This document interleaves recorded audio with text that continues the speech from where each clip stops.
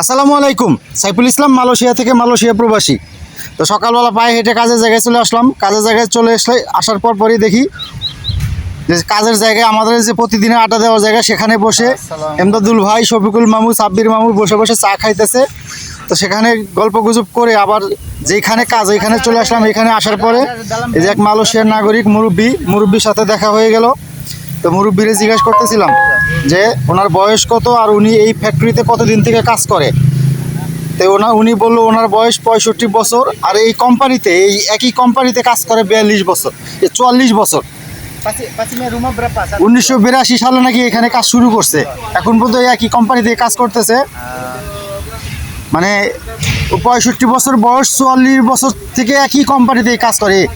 21 বছর বয়স থেকে কাজ শুরু করছে, গত 44 বছর একই জায়গায় কাজ করতেছে। মুরব্বির ধৈর্য এবং কর্মদক্ষ দেখে অবাক হয়ে গেলাম আমরা।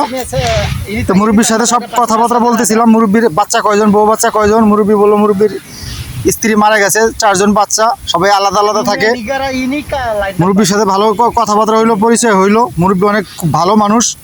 তার সাথে কথাবার্তা বলে শেষে আমরা শুরু করলাম কাজ। তো কাজ করতেছিলাম, এই যে শফিকুল মামু ওয়েল্ডিং করতেছিল ভিতরে, চুটের ভিতরে ওয়েল্ডিং করতেছিল। আর এখানে প্রচুর গরম, তাই শফিকুল মামু কিছুক্ষণ ওয়েল্ডিং করতেছিল আর আমি কিছুক্ষণ করতেছিলাম। তো এই শফিকুল মামু ওয়েল্ডিং করতেছে আর আমি নিচে থেকে ভিডিও করতেছিলাম।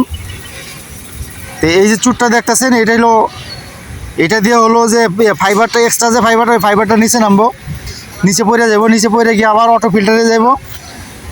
তো এখানে কাজ করতেছিলাম আর এই জায়গাটা এত গরম লাগতেছিল, মানে এখানে কোনো হাওয়া বাতাস ঢোকার মতো জায়গা নেই। যে এখন আমি ওয়েল্ডিং করতেছি আর শফিকুল মামু ভিডিও করতেছে।